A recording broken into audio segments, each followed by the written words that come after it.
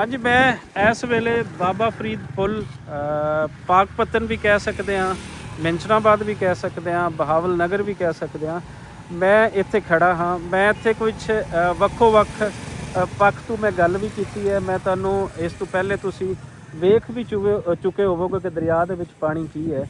इस वेले इत्थों दे कुछ लोकल लोग वो खड़े हैं, इन्हां तों जाणदे हां कि हुण अगे की हो सकता है। ਇਹ तो सारा कुछ हो गया, ये लोग की चाहते हैं, इन्होंने लोगों वास्ते की होना चाहिए है, ये भी तो एक सवाल है।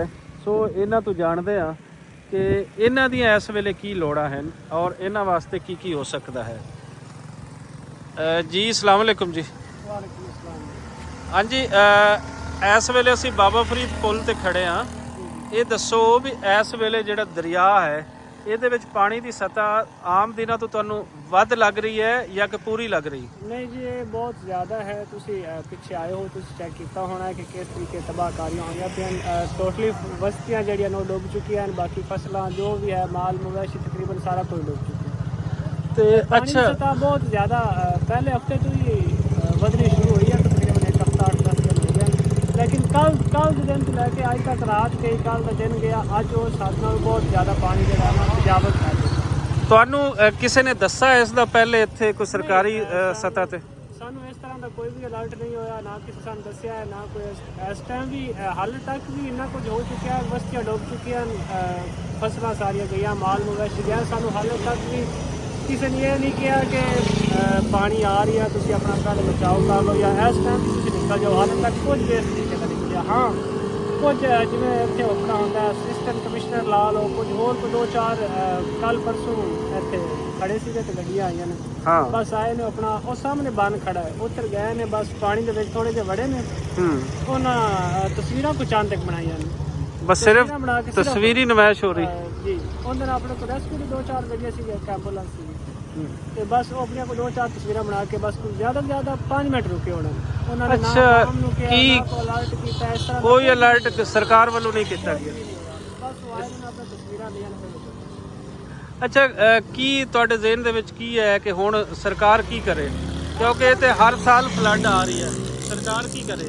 ਫਸਲਾਂ ਦੀ ਤਬਾਹਕਾਰੀਆਂ ਹੋ ਰਹੀਆਂ, ਲੋਕ ਹਾਲੇ ਤੱਕ ਵੀ ਪਿੱਛੇ ਜਿਹੜੇ ਪਿੰਡ ਹੈਗੇ, ਬਸਤੀਆਂ ਹੈਗੇ, ਉਹਨਾਂ ਨੇ ਫਸੇ ਹੋਏ। ਹਾਂ, ਉਹਨਾਂ ਸਭ ਤੋਂ ਪਹਿਲੇ ਇਕਦਾਮ ਕਰਨਾ ਚਾਹੀਦਾ ਹੈ ਕਿ ਉਹਨਾਂ ਲੋਕਾਂ ਨੂੰ ਕੱਢਣ। ਫਿਰ ਠੀਕ ਹੈ, ਫਿਰ ਉਹਨਾਂ ਦੇ ਜਿਹੜੇ ਮਾਲ ਮਵੇਸ਼ੀ ਬਚੇ ਨੇ ਉਹਨਾਂ ਦੇ ਚਾਰੇ ਦਾ ਇੰਤਜ਼ਾਮ ਕੀਤਾ ਜਾਵੇ। ਫਿਰ ਜਿਹੜੇ ਲੋਕ ਫਸੇ ਨੇ ਉਹਨਾਂ ਨੂੰ ਬਾਹਰ ਕੱਢਿਆ ਜਾਵੇ, ਉਹਨਾਂ ਲੋਕਾਂ ਵਾਸਤੇ ਖਾਣੇ ਪੀਣੇ ਦਾ ਇੰਤਜ਼ਾਮ ਕੀਤਾ ਜਾਵੇ, ਰਹਿائش ਦਾ ਇੰਤਜ਼ਾਮ ਕੀਤਾ ਜਾਵੇ। ਕਿਉਂਕਿ ਬਸਤੀਆਂ ਡੁੱਬ ਚੁੱਕੀਆਂ ਹਨ ਔਰ ਇਹ ਬਸਤੀਆਂ ਤਕਰੀਬਨ 1.5 ਮਹੀਨਾ 2 ਮਹੀਨੇ ਪਾਣੀ ਐਵੇਂ ਹੀ ਖੜਾ। ਰੱਬ ਖੈਰ ਕਰੇ। ਜੀ ਜੀ, ਇਸ ਟਾਈਮ ਇੰਤਜ਼ਾਮ ਸਿਰਫ ਇਹ ਹੀ ਕੀਤਾ ਜਾਵੇ ਕਿ ਜਿਹੜੀ ਆਵਾਮ ਫਸਲੀ ਹੈ ਉਹ ਕੱਢ ਦਿੱਤੀ ਜਾਵੇ, ਜਿਹੜੇ ਮਾਲ ਮਵੇਸ਼ੀ ਬਚੇ ਨੇ ਉਹਨਾਂ ਵਾਸਤੇ ਦਾ ਖਾਣ ਪੀਣ ਦਾ ਇੰਤਜ਼ਾਮ ਹੈ। ਸ਼ੁਕਰੀਆ ਜੀ। ਮੈਂ ਇੱਥੇ ਇੱਕ ਇੱਥੋਂ ਦੇ ਸੋਸ਼ਲ ਮੀਡੀਆ ਇਨਫਲੂਐਂਸਰ ਵੀ ਹਨ, ਇਹਨਾਂ ਦੇ ਨਾਲ ਗੱਲ ਕਰਦਾ। ਜ਼ਹੀਰ ਵੱਟੂ ਸਾਹਿਬ ਖੜੇ ਨੇ।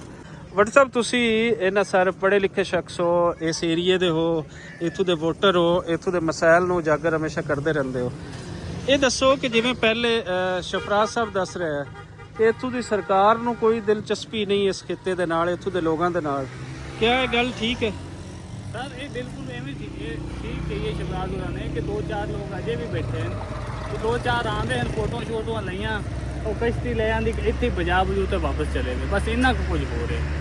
ਹੁਣ ਸਰਕਾਰ ਕੀ ਕਰੇ ਜਦੋਂ ਕਿ ਹਰ ਸਾਲ ਇਹ ਫਲੱਡ ਆ ਜਾਂਦਾ ਹੈ?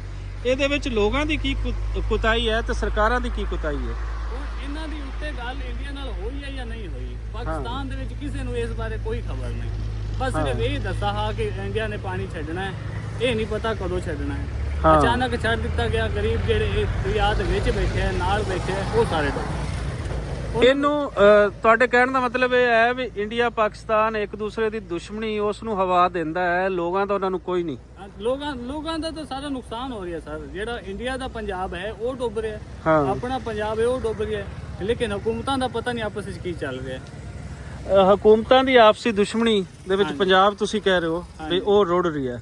ਪੰਜਾਬ ਦਾ ਨਾ ਉਸ ਸਾਈਡ ਤੇ ਸੋਚਿਆ ਜਾ ਰਹੀ ਹੈ, ਨਾ ਇਸ ਸਾਈਡ ਤੇ ਸੋਚਿਆ ਜਾ। ਇਸ ਸਾਈਡ ਤੇ ਵੀ ਮੈਂ ਮੀਡੀਆ ਦੇ ਉੱਪਰ ਮੈਂ ਜਿਹੜੀਆਂ ਖਬਰਾਂ ਦੇਖਦਾ ਉਹ ਇਹੀ ਹੈ ਕਿ ਇੰਡੀਆ ਆਪਣੀ ਜਬ ਆਬੀ ਜਾਰੀਅਤ पे उतर आया, बस इस तरीके ਦੀਆਂ ਖਬਰਾਂ ਆਉਂਦੀਆਂ।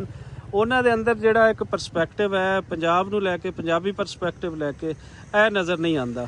ਅੱਛਾ, ਹੁਣ ਇਹ ਏਰੀਆ ਜਿਵੇਂ ਕਿ ਇਹ ਸਤਲੁਜ ਦੇ ਕੰਢਿਆਂ ਦਾ ਏਰੀਆ ਹੈ, ਇੱਥੋਂ ਦੀ ਇਨਸਾਨੀ ਆਬਾਦੀਆਂ ਹਨ, ਮੈਂ ਵੀ ਇੱਥੋਂ ਦੇ ਰਹਿਣ ਵਾਲਾ, ਤੁਸੀਂ ਵੀ ਇੱਥੋਂ ਦੇ ਰਹਿਣ ਵਾਲੇ ਹੋ।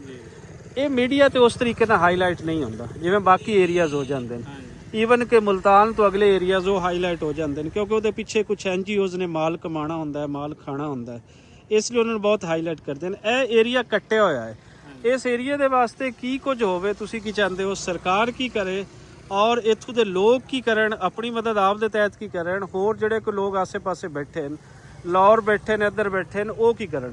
ਸਰ ਸਭ ਤੋਂ ਪਹਿਲੀ ਗੱਲ ਤਾਂ ਇਹ ਹੈ ਕਿ ਜੇ ਅੰਨੇਵਾਹ ਪਾਣੀ ਛੱਡ ਹੀ ਦਿੱਤਾ ਗਿਆ, ਜਿਹੜੀ ਆਵਾਮ ਡੁੱਬ ਗਈ ਹੈ, ਪਹਿਲੇ ਹੋਰ ਕੁਝ ਵੀ ਨਾ ਕਰਨ, ਪਹਿਲੇ ਉਸ ਆਵਾਮ ਦਾ ਖਿਆਲ ਕਰਨ, ਉਹਨਾਂ ਨੂੰ ਕੱਢਣ, ਉਹਨਾਂ ਨੂੰ ਬਚਾਉਣ, ਕੋਈ ਇਸ ਤਰ੍ਹਾਂ ਦਾ ਐਕਸ਼ਨ ਲਵਣ ਕਿ ਉਹਨਾਂ ਦਾ ਜਿਹੜਾ ਕੁਝ ਬਚ ਗਿਆ, ਜਿਹੜਾ ਰੁੜ ਗਿਆ ਉਹ ਤਾਂ ਰੁੜ ਗਿਆ।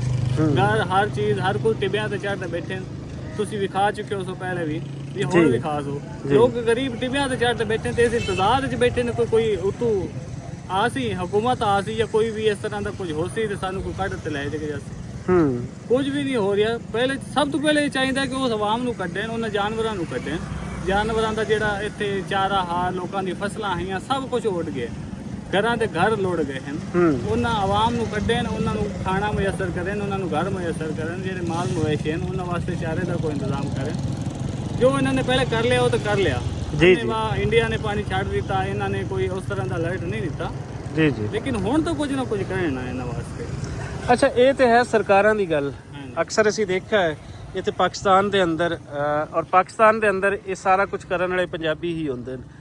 ਆਮ ਪੰਜਾਬੀ, ਆਮ ਲੋਕ ਜਿਹੜੇ ਲੋਕਾਂ ਵਾਸਤੇ ਬਹੁਤ ਜ਼ਿਆਦਾ ਕੁਝ ਕਰਦੇ ਨੇ, ਆਰਗੇਨਾਈਜੇਸ਼ਨਸ ਹਨ, ਬਾਕੀ ਹੋਰ ਲੋਕਾਂ ਦੇ ਆਪਣੇ ਤੌਰ ਤੇ ਗਿਰੋਹ ਹਨ, ਉਹਨਾਂ ਲੋਕਾਂ ਨੂੰ ਕੀ ਆਖਦੇ ਹੋ ਵੀ ਇਸ ਸਾਈਡ ਤੇ ਕੀ ਕਰਨ ਦੀ ਲੋੜ ਹੈ? ਇੱਥੇ ਉਹਨਾਂ ਨੂੰ ਚਾਹੀਦਾ ਹੈ ਕਿ ਫਸਟ ਆਫ ਆਲ ਇੱਥੋਂ ਦੀ ਜਿਹੜੀ ਹੈ ਨਾ ਕਵਰੇਜ ਜੀ ਉਹ ਕਰਨ, ਉਹ ਹਕੂਮਤ ਤੱਕ ਪਹੁੰਚਾਵਣ, ਉਤਾਂ ਤੱਕ ਪਹੁੰਚਾਵਣ ਤਾਂ ਕਿ ਕਿਸੇ ਨੂੰ ਨਜ਼ਰ ਆਵੇ, ਤਾਂ ਕਿ ਨਾ ਉਹਨਾਂ ਨੂੰ ਮਜਬੂਰਨ ਕੁਝ ਨਾ ਕੁਝ ਕਰਨਾ ਪਵੇ ਕਿ ਇੱਥੋਂ ਆਵਾਜ਼ ਉਠਾਈ ਜਾ ਰਹੀ, ਬਾਰ-ਬਾਰ ਕੁਝ ਨਾ ਕੁਝ ਮੈਸੇਜ ਆ ਰਹੀ ਹੈ ਤੇ ਕੋਈ ਖਤਰਾ ਹੈ ਜਾਂ ਕੁਝ ਜ਼ਲਾਲਤ ਹੋ ਰਹੀ ਹੈ ਤੇ ਇਹ ਸਾਰਾ ਕੁਝ ਹੋ ਰਿਹਾ ਹੈ। ਤੇ ਪਹਿਲੇ ਜਿਹੜੇ ਐਕਟਿਵਿਸਟ ਨੇ ਇੱਥੋਂ ਦੇ ਸੋਸ਼ਲ ਮੀਡੀਆ ਵਾਲੇ ਹਨ, ਸਾਰੇ ਉਹਨਾਂ ਨੂੰ ਚਾਹੀਦਾ ਕਿ ਇੱਥੋਂ ਦੀ ਕਵਰੇਜ ਕਰਨ, ਇੱਥੋਂ ਦੀ ਗੱਲ ਪਹੁੰਚਾਵਣ। ਤੇ ਬਾਕੀ ਜਿਹੜੇ ਲੋਕ ਹੈਲਪ ਕਰਨਾ ਚਾਹੁੰਦੇ ਹਨ ਲੋਕਾਂ ਦੀ, ਗਰੀਬਾਂ ਦੀ, ਜਾਂ ਕਿ ਪੰਜਾਬ ਖਾਸ ਕਰ ਪੰਜਾਬ ਹੀ ਲੋੜਾ ਜਾ ਰਿਹਾ ਜੀ। ਪੰਜਾਬ ਦੇ ਲੋਕ ਜਿਹੜੇ ਆਪਸ ਵਿੱਚ ਇਹਨਾਂ ਨੂੰ ਚਾਹੀਦਾ ਹੈ ਕਿ ਇੱਕ ਗਰੀਬ ਲੋੜ ਰਿਹਾ ਹੈ ਜਾਂ ਦੂਸਰਾ ਉਹਨਾਂ ਦਾ ਭਾਈ ਡੁੱਬਾ ਪਿਆ ਹੈ, ਤੇ ਨਾ ਕਿ ਇੱਥੇ ਖਲੋ ਕੇ ਸੈਲਫੀਆਂ ਬਣਾਵਣ, ਉਹਨਾਂ ਦੀ ਵੀਡੀਓ ਬਣਾਵਣ, ਉਹਨਾਂ ਦੀ ਮਦਦ ਕਰੇ, ਅਸਲ ਇਸ਼ੂਜ਼ ਨੂੰ ਉਜਾਗਰ ਕਰਨ ਔਰ ਉਹਨਾਂ ਲੋਕਾਂ ਦੀ ਮਦਦ ਕਰਨ। ਬਾਕੀ ਗੱਲਾਂ ਉਹ ਜਦੋਂ ਹੜ੍ਹ ਆਉਂਦਾ ਹੈ ਉਸ ਤੋਂ ਪਹਿਲੇ ਦੀਆਂ ਹਨ ਔਰ ਉਸ ਤੋਂ ਬਾਅਦ ਦੀਆਂ ਹਨ ਵੀ ਕਿਉਂ ਹੜ੍ਹ ਆਉਂਦੇ ਨੇ, ਇਹ ਕਿਵੇਂ ਰੋਕੇ ਜਾ ਸਕਦੇ ਹਨ, ਕੀ ਹੋ ਸਕਦਾ ਹੈ, ਡੈਮ ਬਣਾਉਣਾ ਕਿਵੇਂ ਜ਼ਰੂਰੀ ਹੈ, ਇਹ ਸਾਰਾ ਕੁਝ ਇਹ ਗੱਲਾਂ ਬਾਅਦ ਦੇ ਵਿੱਚ ਹੋ ਸਕਦੀਆਂ। ਲੇਕਿਨ ਇਸ ਵੇਲੇ ਇਹਨਾਂ ਲੋਕਾਂ ਨੂੰ ਸੰਭਾਲਣ ਦੀ ਲੋੜ ਹੈ, ਇਹਨਾਂ ਲੋਕਾਂ ਦਾ ਬਾਂਹ-ਬੇਲੀ ਬਣਨ ਦੀ ਲੋੜ ਹੈ ਔਰ ਇਹ ਸਾਰੇ ਇਸ਼ੂਜ਼ ਜਿਨ੍ਹਾਂ ਦਾ ਕਰਕੇ ਇਹ ਇੱਕ ਬਰਬਾਦੀ ਹੁੰਦੀ ਹੈ, ਨੋ ਡਾਊਟ ਇਹ ਹਾਈਲਾਈਟ ਹੋਣੇ ਚਾਹੀਦੇ ਨੇ। ਇਹ ਹਰ ਸਾਲ ਇੱਕ ਤੋਂ ਦੂਜੇ ਸਾਲ ਇਹ ਜੋ ਕੁਝ ਹੁੰਦਾ ਹੈ ਇਹ ਨਹੀਂ ਹੋਣਾ ਚਾਹੀਦਾ ਔਰ ਅਗਰ ਇਹ ਹੁੰਦਾ ਹੈ ਤਾਂ ਕਿਉਂ ਹੁੰਦਾ ਹੈ, ਇਹ ਸਵਾਲ ਜ਼ਰੂਰੀ ਹੈ। ਲੇਕਿਨ ਇਸ ਵੇਲੇ ਇਨਸਾਨੀ ਜਾਨਾਂ ਦਾ ਬਚਣਾ ਔਰ ਇਹਨਾਂ ਲੋਕਾਂ ਦਾ ਬਚਾਉਣਾ ਔਰ ਉਹਨਾਂ ਨੂੰ ਕਿਸ ਤਰੀਕੇ ਦੇ ਨਾਲ ਉਹ ਜੀ ਸਕਦੇ ਹਨ, ਇਹਦੇ ਤੇ ਗੱਲ ਕਰਨ ਦੀ ਲੋੜ ਹੈ। ਜਿਹੜੇ ਸੋਸ਼ਲ ਮੀਡੀਆ ਐਕਟਿਵਿਸਟ ਹਨ, ਵਿਊਜ਼ ਤੁਹਾਡੇ ਨਹੀਂ ਵੀ ਆਉਂਦੇ, ਕੋਈ ਬਹੁਤ ਜ਼ਿਆਦਾ ਲੱਖਾਂ ਦੇ ਵਿੱਚ ਵਿਊਜ਼ ਨਹੀਂ ਵੀ ਆਉਂਦੇ ਤੇ ਖੈਰ ਹੈ, ਲੇਕਿਨ ਇੰਨਾ ਕਰੋ ਕਿ ਇਹ ਜੋ ਬਰਬਾਦੀ ਹੈ ਸਤਲੁਜ ਦੇ ਆਸੇ-ਪਾਸੇ, ਇਸ ਨੂੰ ਲਾਜ਼ਮੀ ਦਿਖਾਓ। ਹੋ ਸਕਦਾ ਹੈ ਮੇਰੇ ਤਰ੍ਹਾਂ ਤੁਹਾਡੀ ਕੀਤੀ ਹੋਈ ਗੱਲ ਕੁਝ ਲੋਕਾਂ ਤੱਕ, ਕੁਝ ਇਦਾਰਿਆਂ ਤੱਕ, ਸਰਕਾਰ ਤੱਕ ਇਹ ਆਪਣੇ ਔਰ ਇਹਨਾਂ ਲੋਕਾਂ ਦਾ ਕੋਈ ਪੁਰਸਾਨੇ ਹਾਲ ਬਣੇ। ਬਹੁਤ ਸ਼ੁਕਰੀਆ।